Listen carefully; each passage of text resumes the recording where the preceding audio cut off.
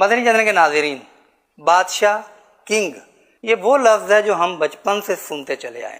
بادشاہ جیسے انسانوں میں ہوتے ہیں، اسی طرح ایک بادشاہ جنگل کا بھی ہوتا ہے، شیر، اور ایک بادشاہ بے تاج بادشاہ بھی ہوتا ہے، جیسے مسجد کے امام صاحب کے لیے کہا جاتا ہے کہ وہ اپنے علاقے کا بے تاج بادشاہ ہوتا ہے۔ ایک بادشاہ اور ہے، وہ ہے پھلوں کا بادشاہ۔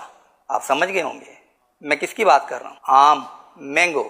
پیارے ملے سنت، یہ ارشاد فرمائیے کہ آم ہماری صحت کے لیے کتنا مفید ہے، آم ہم کس طرح اور کب کب کھائیں تاکہ ہمارے لیے یہ فائدہ مند ثابت ہو۔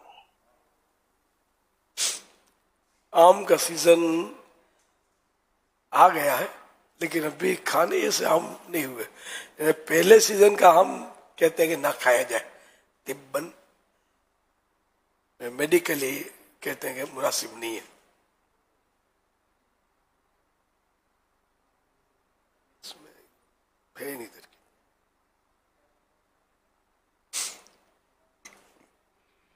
یہ پھلوں کا بادشاہ ہے آم، اور دنیا میں مختلف مواقع پر وہ آم آتا رہتا ہے۔ جیسے اب مکہ مدینے میں آپ کو سارا سال آم ملے گا، کبھی اس ملک سے آ جائے گا تو اس ملک سے موسم ختم ہوا تو اس ملک سے منگوا لیا جائے گا۔ اس طرح وہ امپورٹ ایکسپورٹ کا نظام تو ہے نا، یوں مطلب یہ کہ آم ملتا ہے۔ آم کے چند فوائد یہ بیان کیے گئے ہیں کہ آم جلد بوڑھا ہونے سے بچاتا ہے، ہر قسم کے کینسر اور دمے سے محفوظ رکھتا ہے، ہر قسم کے کینسر اور دمے سے حفاظت کر سکتا ہے۔ آم کے ریشے آنتوں کی صفائی کرتے اور ہضم کا نظام درست رکھتے ہیں۔ آم ہڈیوں کی بیماریوں سے حفاظت کر سکتا ہے۔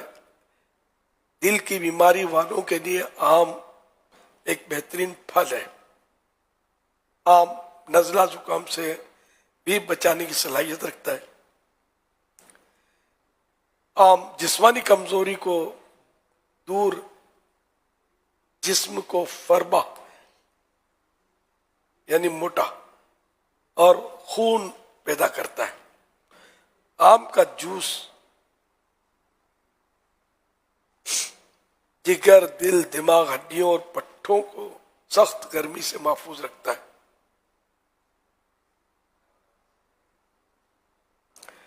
کچا آم، اس کو کیری بولتے ہیں، لو لگنے سے بچانے، معدے اور انتڑیوں کے نظام کو معدے اور انتڑیوں کے نظام کو درست کرنے، خون کی بیماریوں کو دور کرنے اور سفید بالوں کو سیاہ کرنے کے لیے بھی بطور دوا استعمال کیا جاتا ہے۔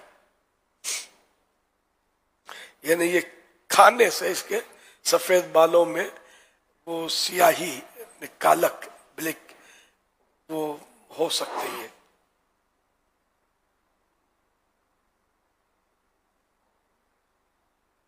کچے آم یعنی کیری کا اچار بھی بنایا جاتا ہے جو جسم کو موٹا کرتا ہے۔ آم کے چھلکے کینسر، شوگر، کولیسٹرول سمیت کئی بیماریوں سے بچانے میں مددگار ثابت ہوتے ہیں۔ آم کی گٹھلیوں کا صفوف پاؤڈر ہاضمے کو درست کرتا ہے اور معدے کی خرابیاں دور کرتا ہے۔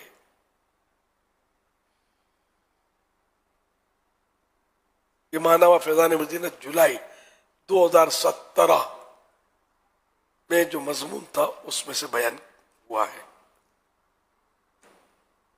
صلو علی الحبیب صلی اللہ علیہ وسلم۔